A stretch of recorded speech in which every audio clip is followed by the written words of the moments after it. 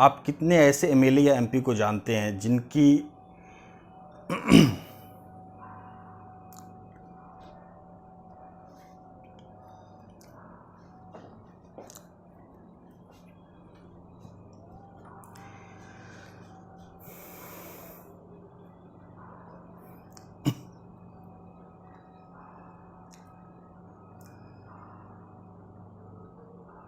अगर मैं आपसे पूछूं कि आप कितने ऐसे एमएलए या एमपीज को जानते हैं जो कि 4 व्हीलर से नीचे चलते हैं, शायद आपका आंसर होगा नहीं, एक भी नहीं, या शायद 2-4 कहीं से ढूंढ के पूरे देश में आप निकाल के लेके आ जाएंगे, जैसे कि एक उड़ीसा में है मेरी नज़र में। बट यहाँ जो चीज़, जो ये टाइटल आपने देखा होगा इस वीडियो का, वो किसी को भी सोचने के लिए मजबूर कर देगा और एक बार तो उस न्यूज़ को पढ़ने के लिए ज़रूर मजबूर कर देगा।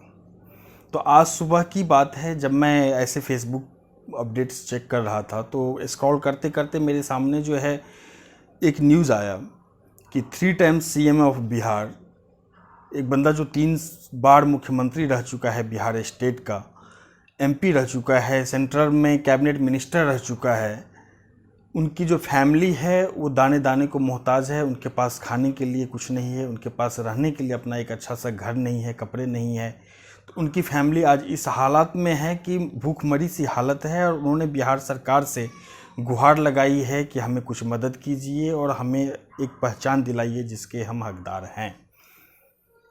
तो ये चीज़ जो है सोचने पे मजबूर कर देती है कि ऐसा क्यों हुआ, ऐसा क्यों है।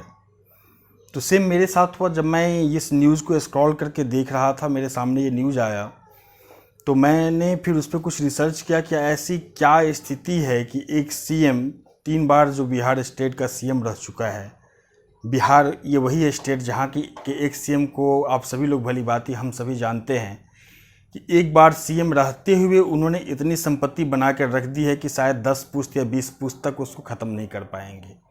बिहार का जो पड़ोसी स्टेट है यूपी, उत्तर प्रदेश, वहाँ के सीएम की कहानी हमें पता है कि उनके किसी फैमिली मेंबर या 10 पुश्त तक का जो रिलेशन में कोई फैमिली मेंबर है वो भी कोई अरबपति या करोड़पति से कम नहीं है। एक ऐसे स्टेट का सीएम, उसका अपना सगा भतीजा, सगा जो है भाई का बेटा, जो सगा फैमिली है, वो दाने दाने को मोहताज है, उसके पास खाने को कुछ नहीं है, मजदूरी करके मजदूरी करके जीवन गुजर बसर कर रहा है।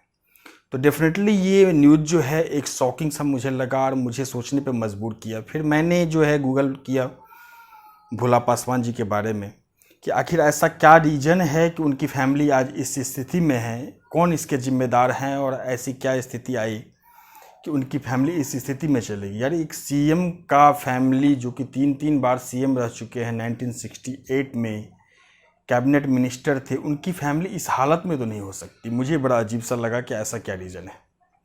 तो दोस्तों जो चीज़ मैंने पाया दैट इज़ शॉकिंग, और ये सोचने पे मजबूर करती है कि आप इसमें दोष किसको दोगे। उनकी फैमिली ने आज सरकार से दरख्वास्त की है कि हमें पहचान दिलाइए, हमें एज ए सीएम की फैमिली होते, हम उनके खून के रिश्तेदार हैं, सगे भाई के बेटे हैं, बट हमें उसका पहचान नहीं मिल रहा है। तो इसके जिम्मेदार कौन है, तो उसको ढूंढना होगा, और क्या जिम्मेदार है, क्या रीज़न है, उसको जानना बहुत आवश्यक है। तो मैंने वही कुछ गूगल किया कि आखिर कौन है। तो ये भोला पासवान जी हैं जो बिहार के सीएम थे, 1968 में फर्स्ट टाइम सीएम बने थे, शायद 4 बार या 5 बार कुछ एमएलए भी रह चुके हैं वो बिहार से, बिहार के पहले हरिजन मुख्यमंत्री रह चुके हैं वो। तो भोला पासवान शास्त्री, उन्हें बिहार की राजनीति का विदेह कहा जाता है। विदेह सीता जी की जो पिताजी हैं राजा जनक त्रेता युग में, उनको विदेह कहा गया था, और इन्हें भोला पासवान जी को जो है बिहार की राजनीति का विदेह कहा जाता है क्योंकि इन्होंने इतनी सादगी से और इतने संयम से अपना कार्यकाल, अपनी पूरी राजनीति को अपने निष्ठा के साथ जो इन्होंने बिताया, उनके लिए इनको बिहार की राजनीति का विदेह कहा जाता है। इन्होंने एक पैसे भी अपने लिए जमा नहीं किया, इतनी ईमानदारी से इन्होंने सेवा की। तो पहली नज़र में आप कहेंगे कि क्यों उनकी फैमिली इस स्थिति में है, क्या उनकी ईमानदारी जो है, उनकी सादगी जो है, क्या ये लोग उसका भुगतान कर रहे हैं? अगर आज के परिवेश को हम देखें, आज के जो चीफ मिनिस्टर्स हैं, एमएलएज हैं, एमपी हैं, जो भी हैं, उनकी से अगर मैं कंपैरिजन करूं उनकी, तो शायद आपको लगेगा कि ये लोग उनकी ईमानदारी के शिकार हैं। अदरवाइज अगर उन्होंने पैसे जमा किए होते तो आज इनकी ये हालात नहीं होती। तो पहली नज़र में आपको ये लग सकता है, बट दूसरी चीज़ आपको सोचने पे मजबूर कर देगी कि जब मैं स्क्रॉल करते करते इनके बारे में और कुछ जानना चाहा तो एक शॉकिंग सा न्यूज़ मुझे दिखाई दिया। भोला पासवान जी 1968 में सीएम बने थे, पहले हरिजन सीएम। आप समझ सकते हैं कि उसमें अगर मैं बात करूं कि जैसे जातिवाद वगैरह इन चीज़ों की बात होती है, तो उस समय जातिवाद किस हालत पे, किस स्तर पे होगी। तब भी उनमें योग्यता थी तो उन्हें सीएम बनाया गया, वो सीएम बने, कोई उन्हें रोक नहीं पाया बनने से। तो जैसा कि उनके नाम के आगे शास्त्री लगाया जाता है, आपने पढ़ा होगा भोला पासवान शास्त्री।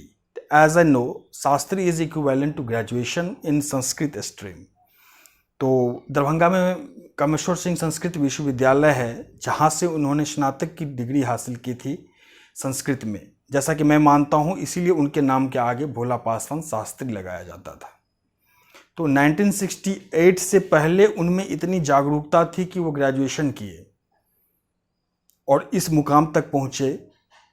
पहले हरिजन सीएम बने, स्टेट के सेंटर में कैबिनेट मिनिस्टर रहे, इतना उनका नाम है, एक बहुत ही अच्छा जाना पहचाना नाम है भोला पासवान शास्त्री जी का। बट जो शॉकिंग न्यूज़ की मैं बात कर रहा था, मुझे वो ये दिखाई दिया कि उसके बाद से उनकी फैमिली में न्यूज़ वालों ने ही छापा था कि इस साल या फिर पिछले साल किसी एक बंदे ने मैट्रिक पास किया है। देन आई फाउंड कि this is the actual reason of the present condition of his family, कि इनके पास इतना अच्छा एग्जाम्पल अपनी फैमिली में था, तब भी ये लोग नहीं समझ पाए कि शिक्षा का महत्व क्या है। हम और आप आज समाज में जातिवाद या छुआछूत, इन चीज़ों को जो है के बारे में बात करते हैं कि कैसे हटेगा, किस तरह से इसे हटाया जाएगा, कैसे ये दूर होगी समाज से। तो जहाँ तक मेरा मानना है कि ये चीज़ें तभी हटेंगी जब आप में जागरूकता होगी, आप शिक्षित होंगे। अगर आप शिक्षित हैं, आप में योग्यता है, तो आपको कोई भी आपसे भेदभाव नहीं कर सकता, भेदभाव करने की हिम्मत नहीं करेगा। कम से कम आज के समय में तो बिल्कुल ही नहीं कर सकता कोई, और नहीं कर रहा है जहाँ तक मैं जानता हूँ। और मैंने जैसे अपने लाइफ में ये जो है एक्सपीरियंस किया है। तो उनके खुद के फैमिली से पढ़ लिख करके भोला पासवान शास्त्री जी उस समय सीएम बन गए, तब भी इन लोगों ने शिक्षा के महत्व को नहीं समझा। किसी ने अपनी फैमिली के बच्चों को, नेक्स्ट जनरेशन को पढ़ा लिखा करके योग्य बनाने की तरफ नहीं सोचा। और एक बच्चा इतने सालों बाद ये मैट्रिक पास करता है। तो that is the actual reason कि इनके सामने अपने परिवार में एग्जाम्पल रहते हुए ये लोग नहीं समझ पाए कि शिक्षा का क्या महत्व है। आज यही रीज़न है कि इन्हें अपना अधिकार मांगना पड़ रहा है। दोस्तों, ये प्रजातंत्र है, यहाँ हम सभी के अधिकार बराबर हैं। अगर मैं लोग संविधान की बात करूँ तो अगर आप योग्य हैं, आप में योग्यता है, आप में काबिलियत है, तो आपके अधिकार को कोई नहीं छीन सकता। लेकिन आप में अगर योग्यता नहीं है तो आपके अधिकारों को कोई और यूज़ करेगा और आपको उसके लिए दर दर भटकना पड़ेगा। तो सबसे बड़ी चीज़ यहाँ ये निकल के आती है कि अगर आपको अधिकार चाहिए, योग्यता चाहिए,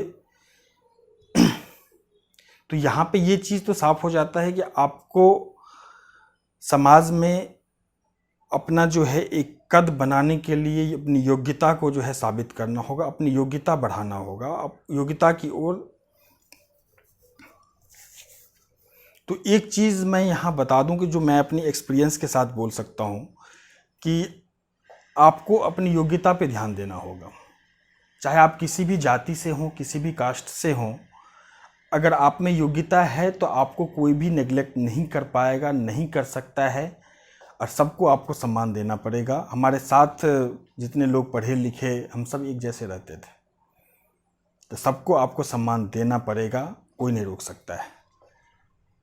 तो सबसे बड़ी गलती उनकी परिवार की जो है, जो जहाँ तक मैं जानता हूँ, हो सकता है कि कुछ मजबूरियाँ रही होंगी, बट मुझे नहीं लगता कि मजबूरियाँ इतनी रही होंगी जितना कि भोला पासवान जी ने खुद फेस किया होगा। अगर उन्होंने स्नातक की डिग्री हासिल की बिफोर 1968, तो उसके बाद से उनकी फैमिली में किसी ने कैसे नहीं की। जबकि आजकल तो गवर्नमेंट भी बहुत जोर दे रही है शिक्षा पे, तरह तरह के स्टाइपेंड वगैरह ये सब भी दिए जा रहे हैं। दूसरा एग्जाम्पल हम लोगों के सामने है हमारे डॉक्टर भीमराव अंबेडकर जी। 1947 में वो इस लायक थे कि लंदन में प्रैक्टिस करते थे वकालत की। 1947 में वो इस लायक थे कि संविधान सभा का जब गठन हुआ तो उन्हें उसका अध्यक्ष बनाया गया, जबकि वहाँ बहुत बड़े बड़े लोग, गणमान्य लोग, बहुत बड़े पैसे वाले सब बैठे होंगे, लेकिन फिर भी उन्हें इस लायक समझा गया क्योंकि जितने लोग वहाँ पे थे शायद उनमें से सबसे अधिक या सक्षम योग्य लोग उन्हें जो है माना गया होगा, स्वीकार किया होगा। तो उनमें योग्यता थी। उस समय 1947 में भी कोई जातिवाद या और किसी चीज़ के नाम पे उन्हें नहीं रोक पाया। मैं ये नहीं मानता कि उसमें रोकने की कोशिश नहीं की गई होगी, उन्हें भी रोकने की कोशिश की गई होगी। कुछ लोग कमेंट्स किए होंगे क्योंकि हर जगह अच्छे बुरे हर तरह के लोग होते हैं, बट उनमें योग्यता थी, वो हर चीज़ को चीरते हुए आ गया है। आज हमारे संविधान के निर्माता हैं, भारत के भाग्य विधाता है। तो इसलिए जो है हमें शिक्षा पे ध्यान देना जरूरी है। अगर आपको समाज में समानता चाहिए, अगर आपको जातिवाद का अंत चाहिए, अगर आपको सम्मान चाहिए, अगर आपको आपका अधिकार चाहिए, तो वो एक यही चीज़ है शिक्षा, जिस पर कि ध्यान दे करके आप इन सारी चीज़ों को पा सकते हैं। तो ये भोला पासवान जी, इनकी फैमिली ने जो किया कि अपने परिवार में खुद का एग्जाम्पल होते हुए फिर भी इन लोगों ने इस पे ध्यान नहीं दिया। तो कहीं ना कहीं मैं मानता हूँ कि ये सबसे बड़ी मिस्टेक इन लोगों की है, जिसके कारण से आज इनकी ये स्थिति है। तो मैं चाहूँगा कि जिनसे भी जो मदद हो, सरकार मदद कर रही है, या कोई भी पॉलिटिकल पार्टीज़ जो हैं, आजकल ये न्यूज़ में चल रहा है तो वो लोग मदद कर रहे हैं, तो चलो जहाँ तक मदद हो उनको मदद मिले, अच्छी बात है जो मदद हो रही है। पर मैं इस वीडियो के माध्यम से भी ये रिक्वेस्ट करना चाहूँगा उन लोगों से भी और सभी लोगों से कि ये जो भी आपको कोई मदद कर रहे हैं ये बस क्षणिक मदद है।